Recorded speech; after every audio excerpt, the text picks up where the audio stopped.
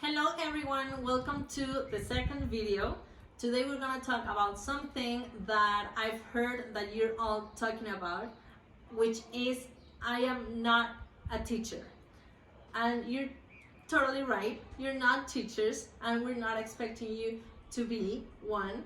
So today we're gonna talk about different things that you might be feeling among all these situation that I hope that are helpful for you.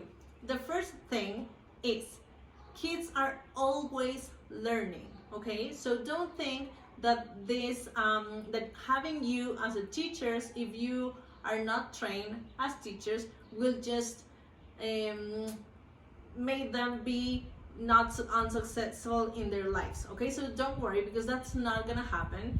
This is a month that they're going to be working with you, and I'm sure that you're gonna do a great job, okay? So I'm gonna be here to help you with that. So the first thing is they're always learning, and that's great. They're always willing to learn different things, to be to investigate and to know different things. So let's use this in favor and not as a negative thing, okay? So as they're always learning, it's very important for you to know that they're also learning the negative things. So if during these days you're being stressed, maybe yelling, maybe arguing between each other, this is something that they are also learning, and we don't want them to learn those negative things, but just the positive ones, okay? So this is the first thing. The second is don't expect the impossible. This is the second day that we are isolated, so don't think that tomorrow they will just wake up and everything is gonna be fine and they will all know how to deal with the situation. Your small kids, they will know how to do homework and all the things that the school is sending, or maybe the teenagers will have everything done, they're gonna be organized, and you too, okay? So don't expect something that's not real, because that will just bring frustration to your lives, and we don't want you to feel frustrated in the first week of this situation, okay? So calm down, don't worry, and you will listen to different things that will help you with this. The third point is we have to take care of our kids' self-esteem and also our own self-esteem, okay? So if you are coming and maybe yelling or telling your kids like, hey, so do you have to do math homework? So go and do it. Your teacher should teach you how to do this. I have no idea. Look at your homework, look at your notebook, look at the video that they send in a not very nice way.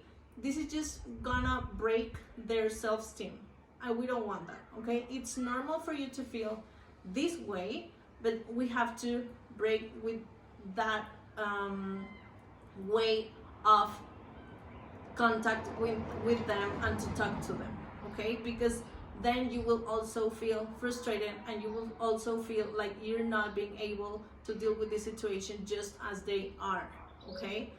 So let's try to be calm, to empathize with how they're feeling, and because I am empathizing with you, and I'm sure that all the parents are feeling the same way, okay? So let's take care of our self-esteem and also our kids' self-esteem. Let's send these messages about like, okay, maybe this is being hard, maybe you're also struggling with this, but we're gonna figure out how to manage all the situation, okay? Point number 4 is you might be feeling or going through a sense of injustice. What does this mean? You are used to have some responsibilities in a daily basis, and all the situation came to break with all that. So maybe if you're used to go to work and then come back home and be having a good time with your kids, and maybe that's not happening right now.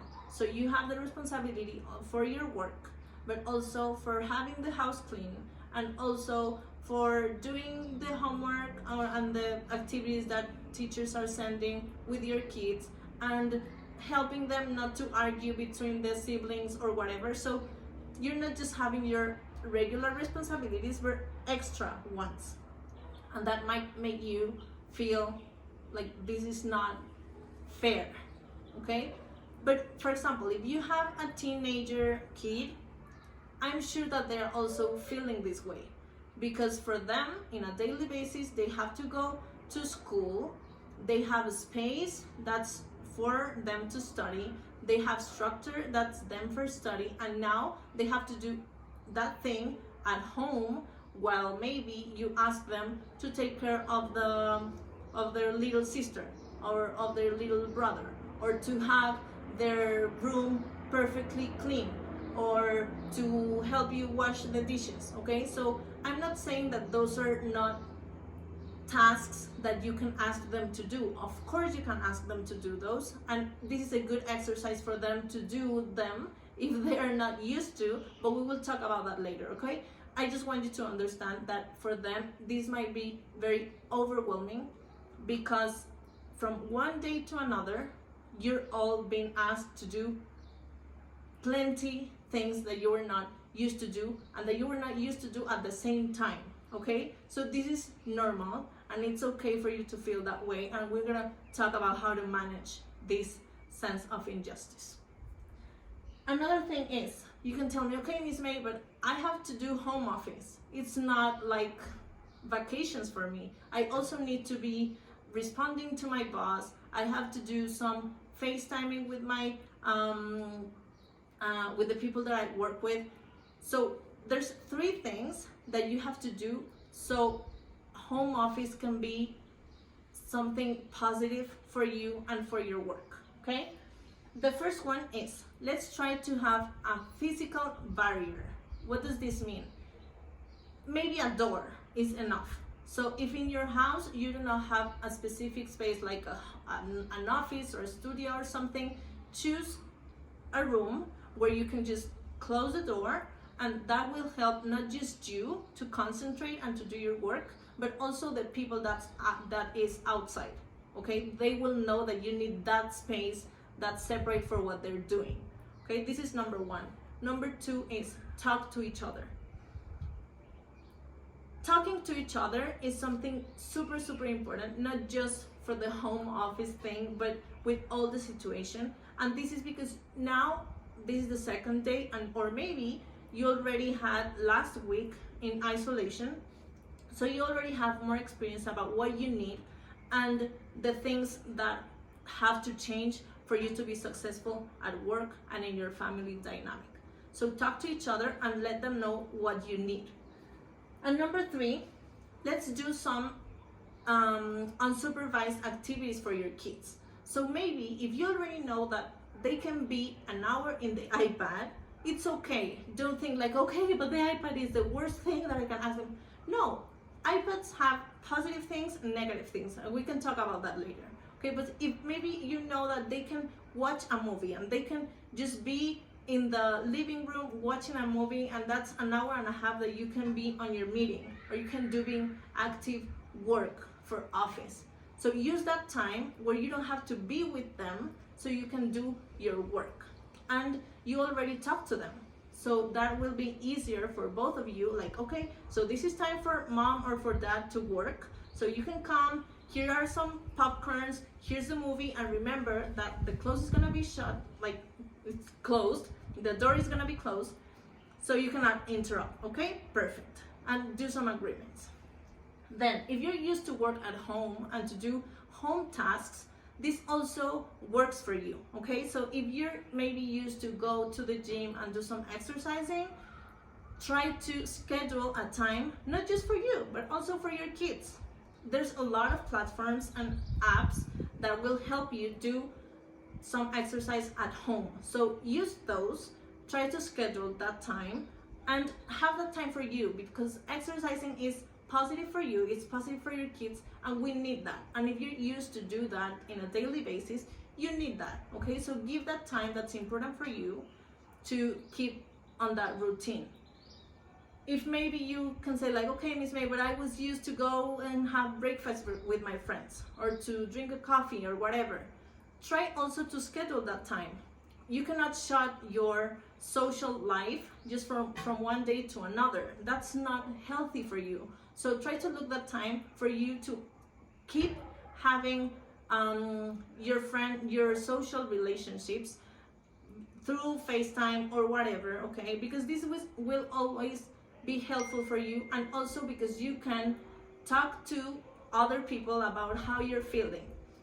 And a very important thing about this is not a time just for you to be more negative. Like maybe if your friends, they are like, no, this is horrible and whatever, and after talking to them, you're gonna be more stressed. That's not a good thing, okay? So use this time just to talk about the things that you like, maybe also about how hard is this, but trying to see the positive things. Try to give some advice from one to another, and don't do this like a negative thing, but a positive one, okay? And the last thing that I want to share with you, it's because I work with a lot of kids that are between the 3 and the 6-year-old, they're going through a phase that it's called initiative, okay? So they are being initiative just because that's the natural thing for them to be in this age. So let's use that as a positive thing for us. You will know that they are always like, Mom, can I do this? But I want to do it by myself. Dad, can I try that? I want to try that. I want to do the same things that you're doing. And sometimes because of time, we don't let them. But right now is a great opportunity for them to feel that they can do things, and we can use that as a positive thing because they can help us maybe cleaning the dishes, or maybe drying them, or putting everything on the table. Or maybe you can also ask them like, okay, so here are some markers, here you have a sheet of paper, try all the markers, the ones that are already dried, put them on the trash cans, and the ones that work, put them here in this basket, okay? So they will help you to do some things at home, they will entertain themselves, and that also can be fun for them, okay? So let's try to look for some activities that help them on the initiative thing, and also to help you to be able to do another things that you have to do at home during this time, okay? And I just want to finish this video telling you that it's very important for you to to value the effort of everyone at home. So if you finish your meeting for your home office and your kid was respecting that time, before you leave, you have to say like, hey, thank you very much, I'm super grateful because you helped me having my meeting, you respect the agreement that we made, so thank you very much, this means a lot for me. And that way, next day it will be easy for them not to interrupt, and they will feel great, they will feel that they can help you in a different way that they are used to, okay? So I hope that all these things will help you, and maybe tomorrow will be easier. Let me know if there's something that I can help you with, if you have any questions, and I will be great, and I will be very happy